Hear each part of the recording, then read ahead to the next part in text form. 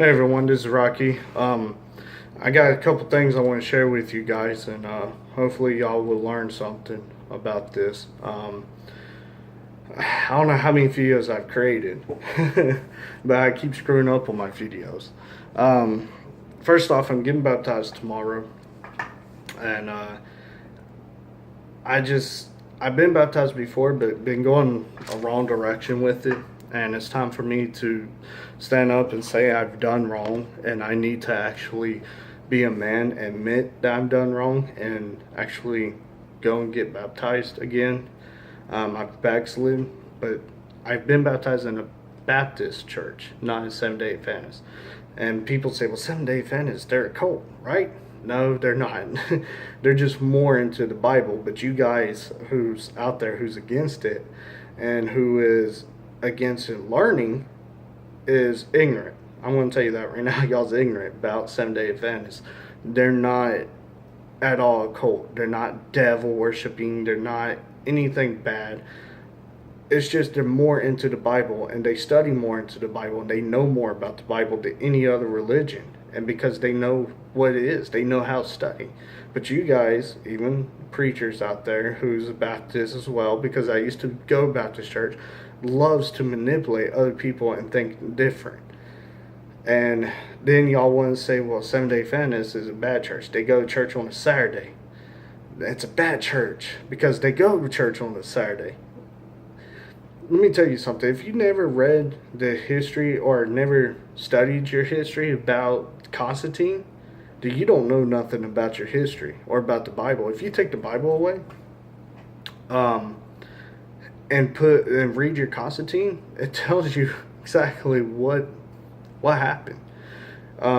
Catholics, no offense who are Catholics, most of y'all probably don't even remember this or know about this or never even studied about Constantine or anything about them actually destroying Bibles and killing people because they believed in God, because they're Christian beliefs.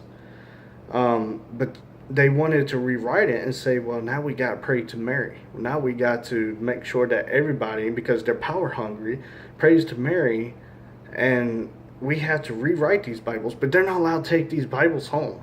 They have to keep them at their pew. They're not allowed to read it. They have to trust what we have to say. And that's what happened back in the day. Constantine got a vision from an angel, and the angel said, well, if you put crosses on all your military shields, you'll win every war and you become an emperor of Rome. And that's exactly what happened. And then they burnt the Bibles. And then the Bible says that they're going to try to change the seventh day, the Sabbath day. But the Ten Commandments says, well, keep my Sabbath day holy. Because he already knew that they're going to try to change it, and they will change it. But it's up to you to keep this day holy. See, back in the day, Constantine and them, they changed the dates. They wanted to make sure that, and this is where it started, make sure that you guys worship from a Saturday to a Sunday so that you can disobey God's order. Now you got people in the Baptists and all them saying, oh, we got to worship on a Sunday. It's the law. Or, well, we don't have to really worship on a Sunday. We can do it Saturday, but, why not? We already do it on a Sunday. We don't want to switch it. Well, why? You preach about the Bible. You preach about the Ten Commandments. And one of them is very easy. Keep the seventh day holy. But you don't even do that. You can't. Because you don't know your history and you don't know the Bible very well.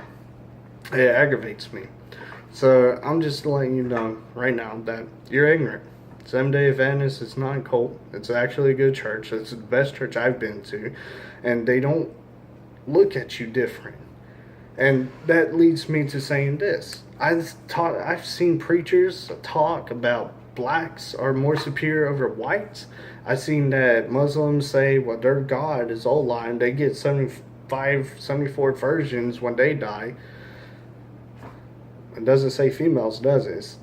It doesn't tell you anything. It just says when you die, you get 74 virgins, right? So good luck on that kind of belief.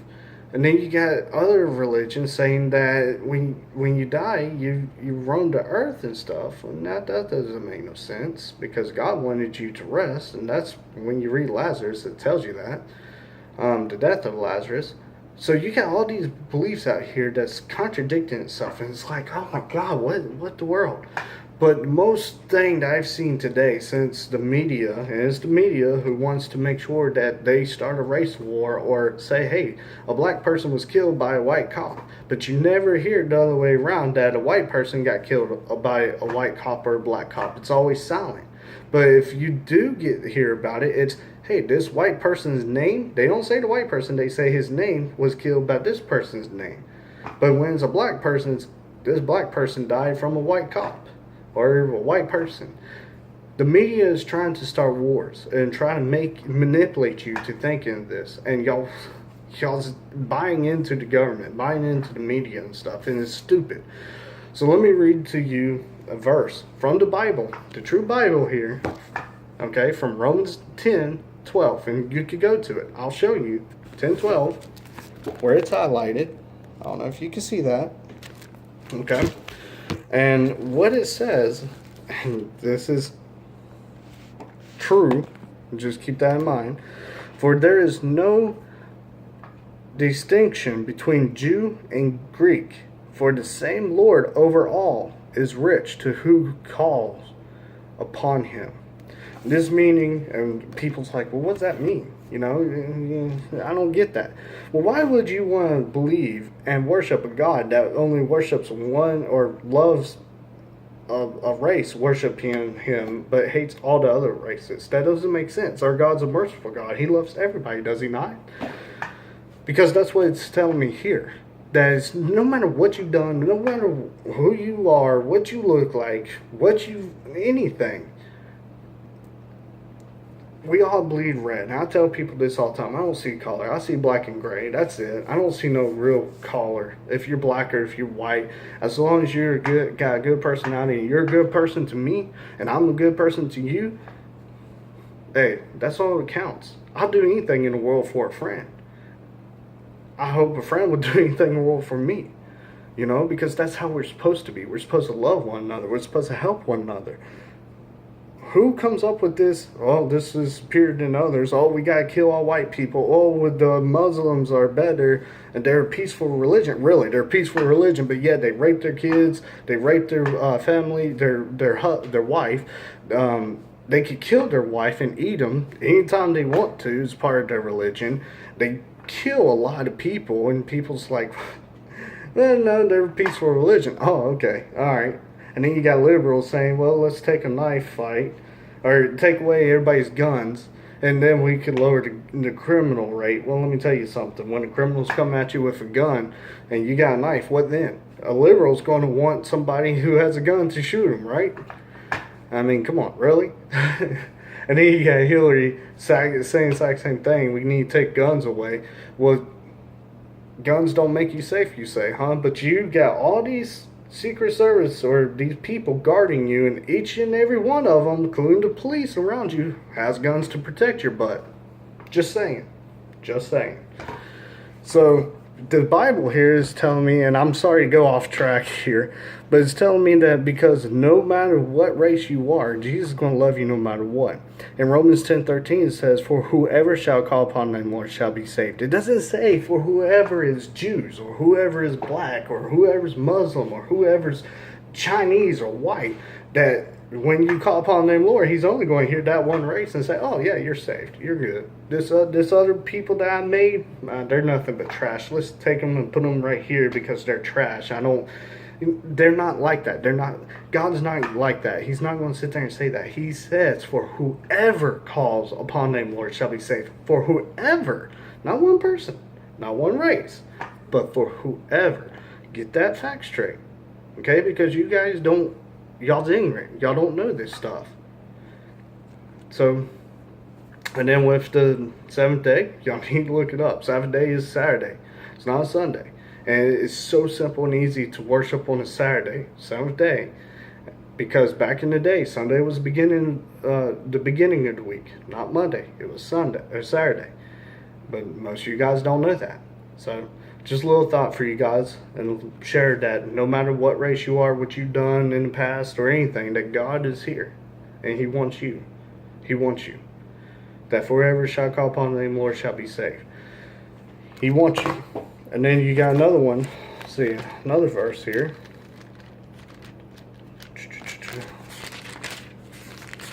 think it's John 3:16. Of course, you already know about this.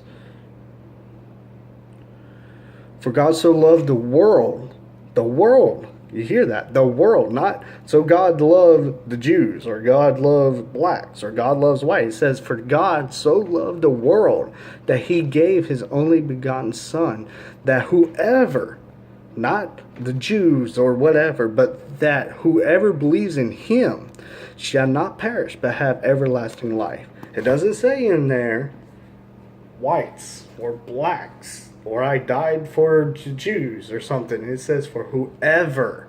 And then it says the world. Key word, world. For God so loved the world. Meaning everybody. Not one race, but everybody. See, y'all don't read. Y'all don't understand. Y'all want to listen to your friends. You want to listen to other people. And then you want to listen to other books besides the true Bible itself. And then y'all want to misinterpret it. Well, in Revelations here, if y'all read back here as well, it says in the very back, if I remember correctly, I used to read the Bible from the back, front to the back when I was in military school. Yeah, if I remember correctly, hold on.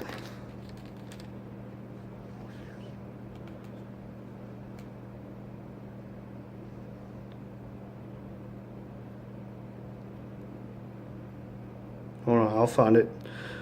Good morning.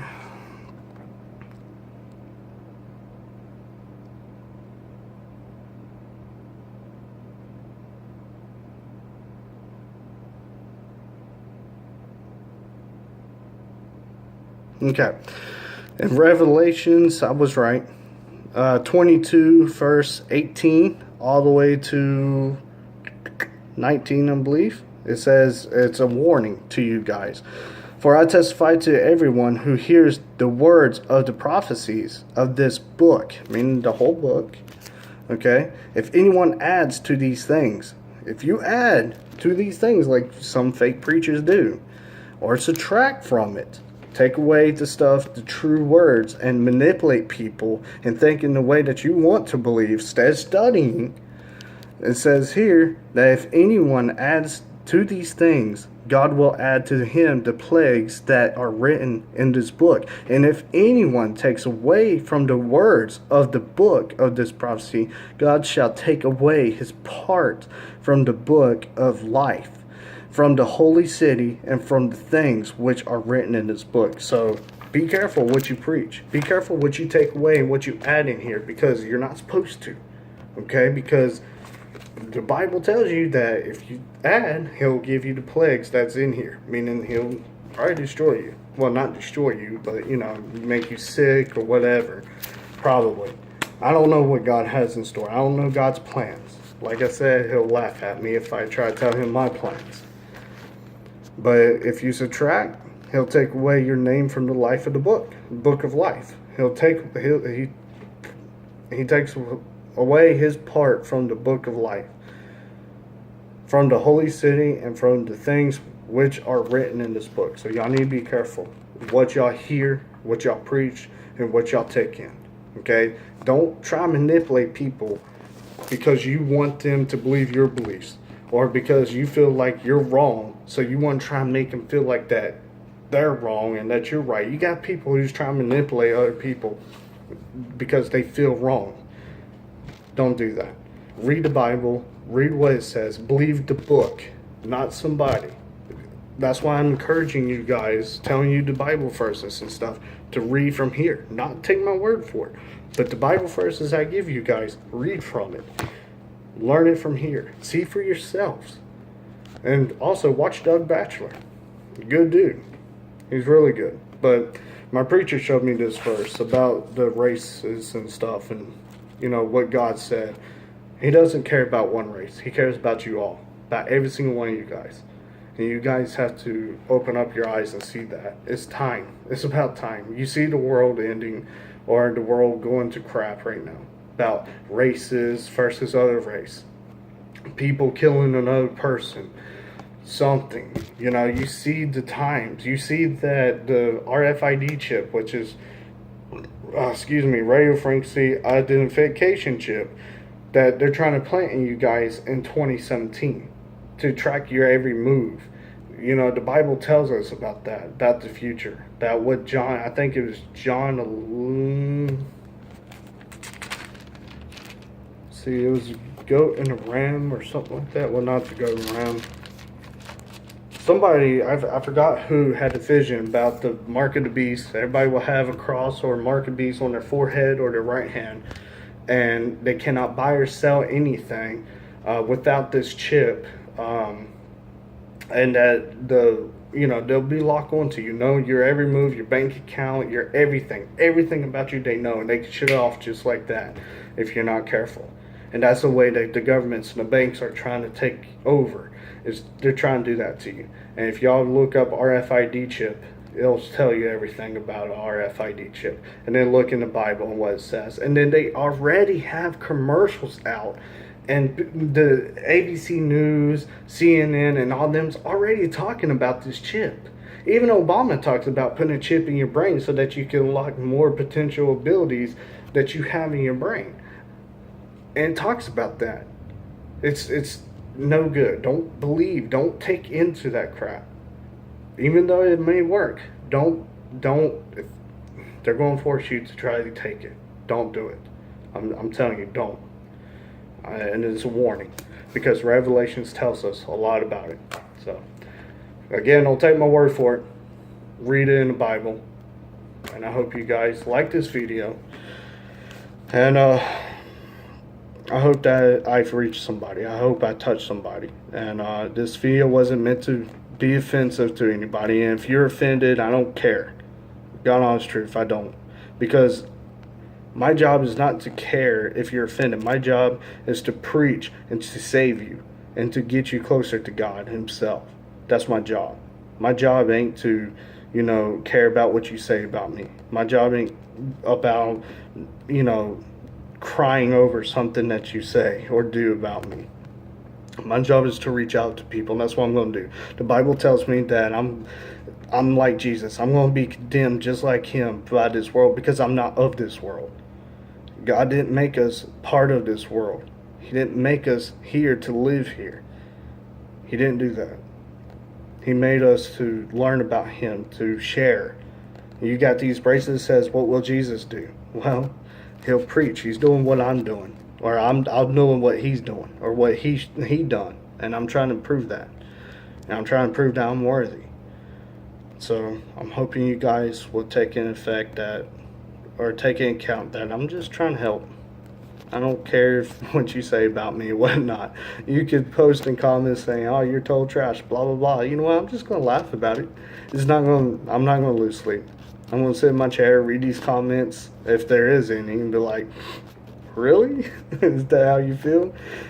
Because that just shows me you're the problem of this world.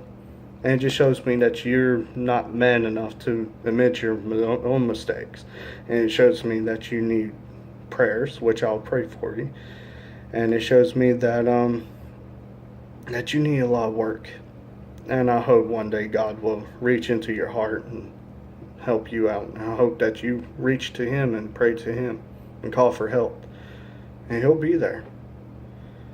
It might not be right then and there. It may take some time. But you gotta have faith. You gotta believe. And that's the reason why some prayers take so long, is to see and test you. To see if you're going to believe in Him and have faith. So, think about that. I love every one of you guys. Even the strangers. Because a stranger is only a best friend that you haven't met yet. Just keep that in mind. So, I hope you guys take from this good things and not bad things. And, so yeah, y'all have a good day.